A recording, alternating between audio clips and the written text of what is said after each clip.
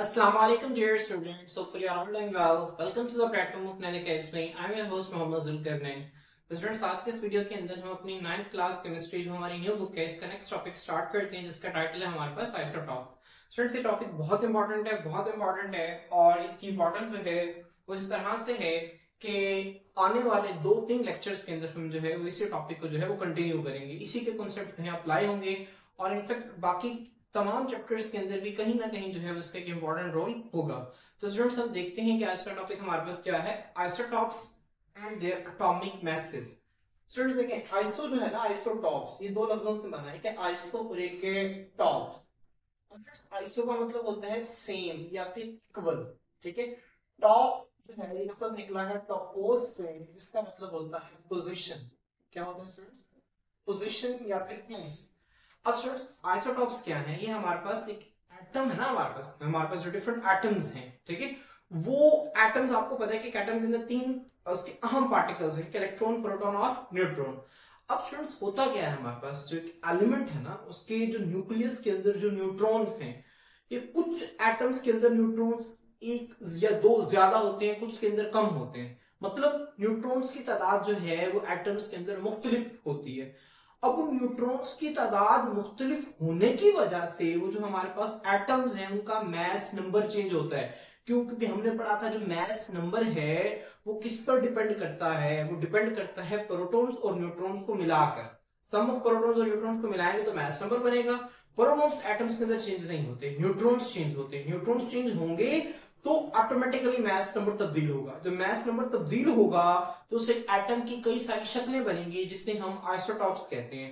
अब स्टूडेंट्स देखिए एक डिफरेंट तरह के एटम है, वो एटम्स डिफरेंट तरह के होते हैं। क्यों? क्योंकि उनके अंदर हमारे पास उनका एटॉमिक नंबर सेम है, एटॉमिक मास डिफरेंट है। एटॉमिक मास क्यों डिफरेंट है? क्योंकि उनके अंदर नंबर ऑफ न्यूट्रॉन्स डिफरेंट हैं, लेकिन फिर भी पीरियोडिक टेबल के अंदर सेम प्लेस पर पड़े हुए हैं। मिसाल के तौर पर जो हाइड्रोजन है ना, हम इसको देखेंगे, हाइड्रोजन जो है वो 3 तरह से नेचर के अंदर पाया जाता है, लेकिन हम ऐसे नहीं कि पीरियोडिक टेबल के अंदर हम 3 जगह पे हाइड्रोजन लिखेंगे। हमने पीरियोडिक टेबल का टॉप पर एक जगह पे हाइड्रोजन को लिखा है। क्यों इस तरह से हमने किया है स्टूडेंट्स? क्योंकि जो हम पीरियोडिक टेबल के अंदर एलिमेंट्स को अरेंज करते हैं वो एटॉमिक नंबर की बुनियाद पर करते हैं, ना कि एटॉमिक मास की बुनियाद पर, ठीक है। तो चूंकि हाइड्रोजन के 3 डिफरेंट तरह के एटम्स हैं, सबके अंदर एटॉमिक नंबर सबका सेम है, तो इसी वजह से ये तीनों आइसोटॉप्स जो हैं ये मिलाकर हम इसको पहली जगह पे रख देते हैं। अब स्टूडेंट्स ये जो मैस नंबर इनके मुख्तलिफ हैं, ये किस पर असर डालता है? ये डालता है उसके एटॉमिक मास पर असर डालता है, ठीक है। हम जैसे जैसे टॉपिक को आगे फर्दर प्रोसीड करेंगे आप लोगों को इसकी समझ आती जाएगी। स्टूडेंट्स हम देखते हैं आइसोटॉप्स की डेफिनेशन क्या है। Atoms of the same element, एक ही एलिमेंट है। मिसाल के तौर पर हम जिस तरह कार्बन की हम देखेंगे ना, यहाँ पे हाइड्रोजन है, एक एलिमेंट है, उसके जो एटम्स हैं सेम एलिमेंट के, एक एलिमेंट के जो मुख्तलिफ एटम्स हैं, ठीक है, उनमें क्या है? Same atomic number. Atomic number तो सेम है। एटॉमिक नंबर क्या था? हमने इससे पिछले लेक्चर के अंदर स्टडी किया, number of protons. Atomic number तो सेम है बट डिफरेंट मास नंबर। लेकिन मुख्तलिफ क्या है स्टूडेंट्स? मास नंबर मुख्तलिफ है। मास नंबर आपको पता है क्या होता है? मास नंबर होता है सम ऑफ प्रोटॉन्स एंड न्यूट्रॉन्स, ठीक है। अब देखिए ना, अब मेरे पास मास नंबर जो है मैंने यहाँ पे लिखा हुआ है a = z। मास नंबर क्या है? प्रोटॉन और न्यूट्रॉन को मिला देंगे तो मास नंबर आ जाएगा। अब ये z देखेंगे कांस्टेंट, ये चेंज नहीं हो रहा। और ये चेंज क्यों होगा? जब ये n चेंज होगा, समझ आ रही है ना? जब n चेंज होगा हमारे पास तो ऑटोमेटिकली मास नंबर चेंज होगा। अब इनका क्या है? मास नंबर मुख्तलिफ है। क्यों मुख्तलिफ है? ड्यू टू डिफरेंस, ठीक है, फर्क होने की वजह से इन नंबर ऑफ न्यूट्रॉन्स की तादाद में। इस किस्म के एलिमेंट के मुख्तलिफ एटम्स जिनका एटॉमिक नंबर तो सेम हो लेकिन उनका एटॉमिक मास मुख्तलिफ हो। क्यों मुख्तलिफ हो उनका एटॉमिक मास? क्योंकि उनके एटम के न्यूक्लियस के अंदर न्यूट्रॉन्स की तादाद मुख्तलिफ है और उस तादाद मुख्तलिफ होने की वजह से उनका मास नंबर भी मुख्तलिफ आ रहा है। तो स्टूडेंट्स इस किस्म के जो एटम्स होते हैं इन्हें हम आइसोटॉप्स कहते हैं। क्यों? क्योंकि एटम्स होते तो मुख्तलिफ हैं लेकिन इनका एटॉमिक नंबर सेम है और इसी वजह से पीरियोडिक टेबल में एक ही जगह पर रखे गए, सेम पोजीशन होती है इनकी। Clear friends? अब हम इसके मिसाल देखते हैं कार्बन के। कार्बन में देखिए मैंने आपको बताया था ना, ठीक है, 12 और 6 जो सुपर स्क्रिप्ट में हम एटॉमिक मास को लिखते हैं और सब स्क्रिप्ट के अंदर हम एटॉमिक नंबर को लिखते हैं। तो फ्रेंड्स देखिए इसका एटॉमिक मास क्या है? 12 है। इसका एटॉमिक नंबर क्या है? 6। मैंने आपको बताया था कि एटम जो है वो न्यूट्रल होता है, ठीक है। ओवरऑल क्या होता है? न्यूट्रल। जितने उसके अंदर प्रोटॉन्स होते हैं उतने ही उसके अंदर इलेक्ट्रॉन्स होते हैं। तो यहाँ पे देखेंगे मैंने न्यूक्लियस ड्रॉ किया है, इसके अंदर 6 प्रोटॉन्स हैं, ठीक है। अब स्टूडेंट्स देखें 6 प्रोटॉन्स हैं तो इलेक्ट्रॉन कितने होंगे? 6 ही होंगे। तो ए, ठीक है, देखें अब इसके 2 शेल्स हैं, पहला शेल K है, दूसरा क्या होगा? L। K के अंदर आपको हमने पढ़ा था ना बहुत एटॉमिक मॉडल में, K के अंदर कितने इलेक्ट्रॉन्स आते हैं? 2 इलेक्ट्रॉन्स आते हैं, एल के अंदर कितने आते हैं 8 इलेक्ट्रॉन्स आते हैं, ठीक है, मैक्सिमम उसकी 8 की कैपेसिटी है। तो देखें इसके अंदर 6 इलेक्ट्रॉन है, 2 किसके अंदर आ गए के के अंदर आ गए, तो स्टूडेंट्स बाकी किसके अंदर जाएंगे, बाकी सारे इलेक्ट्रॉन चले जाएंगे एल के अंदर, किसके अंदर चले जाएंगे स्टूडेंट्स एल के अंदर चले जाएंगे, आपने इसको ध्यान में रखना है। तो बाकी 4 में से 2 इधर आ गए, बाकी 4, ठीक है 6 में से 2 इधर आ गए के अंदर, बाकी 4 रह गए, 4 जो है एल के अंदर है, ठीक है, देखिए 1 2 3 और 4, आपने इस तरह से इसको ध्यान में रखना है, क्लियर। अब देखिए यहाँ पे न्यूट्रॉन्स की हम तादाद को देखें, तो यहाँ पर न्यूट्रॉन्स की तादाद किस तरह से निकालेंगे, एटॉमिक नंबर हमारे पास 12 है, जी हमारे पास क्या है 6 है, तो न्यूट्रॉन्स हमारे पास फ्रेंड्स क्या आ जाएंगे 12 माइनस 6, तो हमारे पास क्या आ जाएगा 6 न्यूट्रॉन्स आ जाएंगे, ठीक है फ्रेंड्स। यहाँ पे देखें तो यहाँ पर मुख्तलिफ चीज है, क्यों यहाँ पे न्यूट्रॉन्स मुख्तलिफ हैं। अब देखिए ना, अब हमें इसका एटॉमिक मास निकालना है, फर्स्ट लेट इसका एटॉमिक मास निकालते हैं, तो 6 प्रोटॉन है 7 न्यूट्रॉन है, तो 7 प्लस 6 13, कितना आएगा स्टूडेंट्स 13, तो इसका एटॉमिक मास देखें क्या है 13 है, लेकिन इसका एटॉमिक नंबर इसका भी सेम है, समझ आ रही। अब स्टूडेंट्स देखें यहाँ पर इसका एटॉमिक नंबर इसका भी सेम है, मास नंबर इसका मुख्तलिफ है। अब इसका मास नंबर क्यों मुख्तलिफ है, क्योंकि मास नंबर जो है वो क्या होता है, न्यूक्लियस के अंदर प्रोटॉन और न्यूट्रॉन की तादाद को मिला दे तो मास नंबर आ जाएगा, प्रोटॉन अब इसमें भी 6 हैं, न्यूट्रॉन मुख्तलिफ है, समझ आ रही है। न्यूट्रॉन की तादाद क्या है मुख्तलिफ, अब इसके अंदर 8 न्यूट्रॉन्स हैं, तो 8 को जब 6 के साथ ऐड किया जाएगा तो 14 आएगा हमारे पास, तो 14 इसका मास नंबर है। अब स्टूडेंट्स देखें ये हमारे पास ये भी कार्बन का एटम, ये भी कार्बन का एटम, ये भी कार्बन का एटम है, अब ये 3 एटम है एक ही एलिमेंट के, और वो क्या है कार्बन। तो यहाँ पे देखें atoms of the same element, ये सेम ही एलिमेंट के एटम्स हैं, have the same atomic number, उनका एटॉमिक नंबर इसका भी 6 इसका भी 6 इसका भी 6, एटॉमिक नंबर सेम है, लेकिन मुख्तलिफ क्या है मास नंबर, इसका मास नंबर 12 है, इसका 13 है, इसका 14 है, मास नंबर मुख्तलिफ है।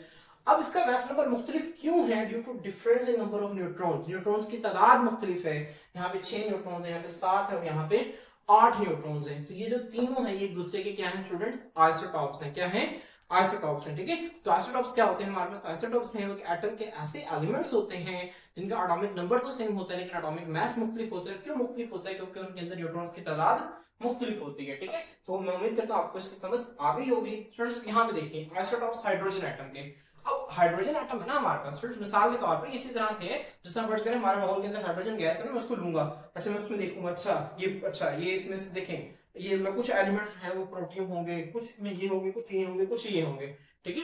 तो तीनों तरह के जो एटम्स है ना इकट्ठे पाए जाते हैं, ठीक है, लेकिन ये मुख्तलिफ होते हैं। क्यों मुख्तलिफ होते हैं, क्योंकि इनके मास नंबर मुख्तलिफ है, न्यूट्रॉन्स की तादाद मुख्तलिफ होने की वजह से।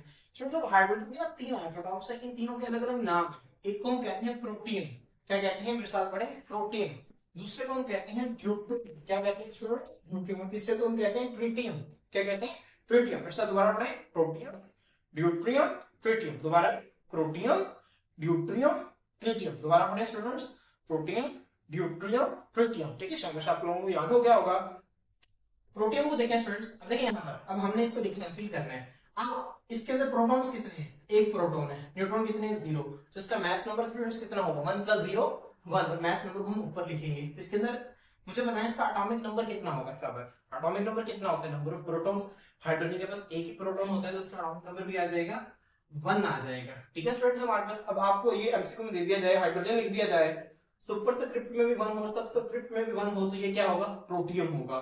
स्टूडेंट्स अगर आप यहाँ पे देखें हाइड्रोजन में, ठीक है, तो यहाँ पे देखें प्रोटॉन 1 है तो इसका एटॉमिक नंबर 1 होगा। अब देखें इसका एटॉमिक मास देखें, एक प्रोटॉन है एक न्यूट्रॉन है, तो 1 + 1 कितना हो जाएगा 2, तो इसका ये इस तरह से लिखा जाएगा एटम, ठीक है। ऊपर इसका एटॉमिक मास कितना होगा 2, और इसका एटॉमिक नंबर 1 होगा। और यहाँ पे देखिए स्टूडेंट जो तीसरा है ट्रिटियम, ठीक है, इसको देखिए आप, तो इसका प्रोटॉन इसके अंदर भी 1 है, न्यूट्रॉन 2 है, तो 1 + 2 = 3, तो 3 स्टूडेंट्स इस तरह से लिखा जाएगा, समझ आ रही है। तो स्टूडेंट्स ये हाइड्रोजन के 3 आइसोटॉप्स हैं, प्रोटियम ड्यूटेरियम और ट्रिटियम, ठीक है। आप लोगों ने इसको ध्यान में रखना है, आपसे एमसीक्यू पूछ सकता है कि बताएं ड्यूटेरियम के अंदर कितने न्यूट्रॉन्स होते हैं, तो आपको पता होना चाहिए ड्यूटेरियम जो है इसके अंदर कितने न्यूट्रॉन्स होंगे। ड्यूटेरियम के अंदर आपने फौरन से ध्यान रखना है, ड्यूटेरियम क्या होता है हाइड्रोजन के ऊपर 2 और 1। अब 2 देखे ना, आपसे पूछ दिया फर्स्ट करें ड्यूटेरियम, अगर आपको ड्यूटेरियम का ये आता है, आपको पता है ड्यूटेरियम क्या होता है हाइड्रोजन के ऊपर 2 और 1। अब इसका एटॉमिक, ठीक है, आप देखें ना इसमें ए एटॉमिक मास इसका क्या है 2, एटॉमिक नंबर इसका क्या है 1, तो हमें पता है A = G + n, न्यूट्रॉन्स पूछ रहा है आपसे, A की वैल्यू यहाँ पे पुट करेंगे तो क्या आएगा 2 = 1 + n, तो 2 - 1 n आ जाएगा, तो n क्या आ जाएगा 1, इसके अंदर एक न्यूट्रॉन होगा, ठीक है। तो आप लोगों को अगर कुछ भी याद नहीं है, आप लोगों से किसी भी तरह से एमसीक्यू पूछते तो आप लोग इसका आंसर करने के काबिल होंगे। आप फिर मुझे पता है ट्रिटियम में कितने होते हैं, ठीक है। तो जिस तरह हमने पिछले लेक्चर के अंदर इसकी प्रैक्टिस की, तो सेम वही तरीका है, आप लोग यहाँ से इसके एमसीक्यूज जो है वो आराम से सॉल्व कर लेंगे, ठीक है स्टूडेंट्स, अब देखिए यहाँ पर मैंने आपको बताया कि एक एटम जो है वो न्यूट्रल होता है, तो जितना उसके अंदर प्रोटॉन है उतनी उसके बाहर देखिए इलेक्ट्रॉन है, इसके पास प्रोटॉन है तो इसके पास एक ही इलेक्ट्रॉन है। ठीक है, तो तीनों एटम के अंदर इलेक्ट्रॉन सेम है। क्लियर स्टूडेंट्स, ये हमारे पास होता है आइसोटॉप्स का कांसेप्ट था। आइसोटॉप्स जो है हम अगला जो हमारा रेडियोएक्टिव आइसोटॉप्स है और रिलेटिव एटॉमिक मास, इन तीनों में हमारे पास आइसोटॉप्स का जिक्र रहेगा। और ये इंपॉर्टेंट टॉपिक है, आपने इसको अच्छे तरीके से याद करना है। फ्रेंड्स, अब इस टॉपिक की आपने क्या करना है, ये डेफिनेशन नोट डाउन कर लेनी। आप पूछिए सबसे बेस्ट डेफिनेशन जो मुझे लगती है, क्योंकि इसके अंदर तमाम चीजें कवर हो जाती हैं। आपके बुक के अंदर डेफिनेशन लिखी हुई है लेकिन वो मुझे इतनी बेहतर नहीं लगी क्योंकि उसके अंदर कुछ चीजें मिस है, लेकिन इस डेफिनेशन में ना देखिए सब चीजें ही कवर हो गई, बहुत आसान है। आप किसी को भी आइसोटॉप्स को मुकम्मल तौर पर समझाना हो ना, आप इस डेफिनेशन की मदद से उसे समझा सकते हैं। और इसके साथ आपने दो एग्जांपल्स कर लेनी है। ठीक है, और स्टूडेंट्स आपने ये करना है कि आइसोटॉप्स में बहुत इंपॉर्टेंट शॉर्ट क्वेश्चन आपके पेज के एंड पर दिया गया है कि why isotopes of an element have, ठीक है, देखिए ना, why isotopes of an element have same chemical properties, उनकी केमिकल प्रॉपर्टीज सेम होती है बट लेकिन उनकी फिजिकल प्रॉपर्टीज मुख्तलिफ होती हैं। ऐसा क्यों है स्टूडेंट्स? मैंने आपको बताया था ना केमिकल प्रॉपर्टीज और फिजिकल प्रॉपर्टीज में क्या फर्क होता है। फिजिकल प्रॉपर्टी से मतलब है ऐसी प्रॉपर्टीज जो कि हमें बज़ाहिर नजर आ जाती हैं, जिस तरह किसी भी एटम का वजन है। मैं आपसे कहता हूं इस मिसाल के तौर पर इसका वजन, इस बोर्ड मार का वजन कितना होगा, ये फिजिकल प्रॉपर्टी है। अच्छा, इसका बॉइलिंग पॉइंट कितना होगा, ये फिजिकल प्रॉपर्टी। इसका मेल्टिंग पॉइंट कितना होगा, ये फिजिकल प्रॉपर्टी है। इसकी डेंसिटी कितनी होगी, ये इसकी फिजिकल प्रॉपर्टी है। ठीक है, केमिकल प्रॉपर्टी से क्या मुराद है, जिसमें एटम की शेप चेंज हो। फिजिकल प्रॉपर्टीज में एटम की हमने शेप चेंज नहीं करनी। ठीक है, उसमें हम क्या करते हैं, उसमें सिर्फ बाहर से मुख्तलिफ चेंजेस, मुख्तलिफ तब्दीलियां ला के वो देखते हैं कि वो चीज किस तरह से जो है वो तब्दील होती है, हमने इसको देखना है। लेकिन वो चीज जो है वो केमिकली तब्दील नहीं होती। ऐसा नहीं है कि आप जो है वो फर्ज करेंगे जो हमारे पास हाइड्रोजन है ये इससे बिल्कुल मुख्तलिफ है। हाइड्रोजन जो है अगर प्रोटियम जो है ये वाटर के ऑक्सीजन के साथ मिलेगा तो वाटर बना देगा। हमें पता है ना वाटर कैसे बनता है, जब हाइड्रोजन जो है ऑक्सीजन के साथ मिलेगा तो क्या बना देगा, वाटर बना देगा। अब स्टूडेंट्स ऐसा नहीं है कि अगर आप हाइड्रोजन को, ठीक है, आप प्रोटियम को मिलाएंगे तो ही पानी बनेगा, ड्यूट्रियम को मिलाएंगे तो ऑक्सीजन के साथ पानी नहीं बनेगा, ऐसा नहीं है। इसकी भी केमिकल प्रॉपर्टीज सेम है, इसकी भी सेम है, इसकी भी सेम है, तीनों को मिला देंगे तो वाटर बन जाएगा। क्लियर? लेकिन इनकी फिजिकल प्रॉपर्टीज डिफरेंट है। स्टूडेंट्स, फिजिकल प्रॉपर्टीज क्यों डिफरेंट है यही वो पूछ रहे हैं। तो आपने क्या करना है, आप इस क्वेश्चन को नोट डाउन करनी है। इस क्वेश्चन को भी बहुत इंपॉर्टेंट है। वो कहते हैं कि फिजिकल प्रॉपर्टीज है ना एलिमेंट्स की, वो डिपेंड करती है मास नंबर पर। हमें पता है ना किसी भी एलिमेंट का जो मास नंबर है उस पर उसकी फिजिकल प्रॉपर्टीज डिपेंड करते हैं। मिसाल के तौर पर मैं आपसे कह देता हूं एक गिलास पानी इसको बॉइल करें तो वो अच्छा मुझे पता है जल्दी बॉइल हो जाएगा। ऐसे ही है ना, अगर मैं आपसे कहूं बड़ा टब है पानी का वो देर से बॉइल होगा। तो फिजिकल प्रॉपर्टीज जो है मास पर डिपेंड करती हैं। ठीक है, अब देखें ना, अब आप देखेंगे आइसोटॉप्स हैं इनका मास नंबर मुख्तलिफ है। क्यों मुख्तलिफ है? न्यूट्रॉन्स की तादाद मुख्तलिफ है। तो जाहिर सी बात है एक जो फिजिकल प्रॉपर्टीज है वो मास नंबर पर डिपेंड करती है। चूंकि आइसोटॉप्स का मास मुख्तलिफ है तो इसी वजह से उनकी फिजिकल प्रॉपर्टीज भी क्या मुख्तलिफ होंगे। Physical properties of elements depends on mass number and isotopes have different mass number। चूंकि isotopes का mass number मुख्तलिफ होता है so they have different physical properties। इसी वजह से उनकी physical properties भी क्या है, मुख्तलिफ है। केमिकल प्रॉपर्टीज है ना स्टूडेंट एलिमेंट्स की डिपेंड करती है, किस पर डिपेंड करती है, नंबर ऑफ इलेक्ट्रॉन्स पर। ये एमसीक्यू है आपका, आपकी बुक में भी लिखा हुआ है कि जो केमिकल प्रॉपर्टीज है ना एलिमेंट की, किस पर डिपेंड करती है, नंबर ऑफ इलेक्ट्रॉन्स पर डिपेंड करती है। ऑल आइसोटॉप्स ऑफ एलिमेंट, जो कि तमाम एक एलिमेंट के जितने भी आइसोटॉप्स हैं उनके नंबर ऑफ इलेक्ट्रॉन्स उनके अंदर सेम है।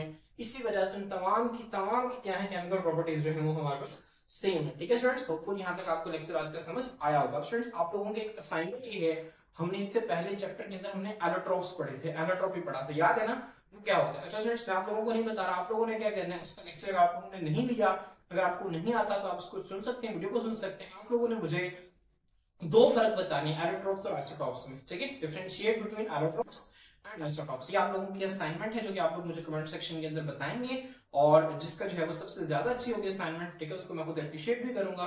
तो फ्रेंड्स, आज के लिए इतना ही। इंशाल्लाह नेक्स्ट वीडियो के अंदर नेक्स्ट टॉपिक के साथ आपके खिदमत में हाजिर होते हैं। अल्लाह हाफिज।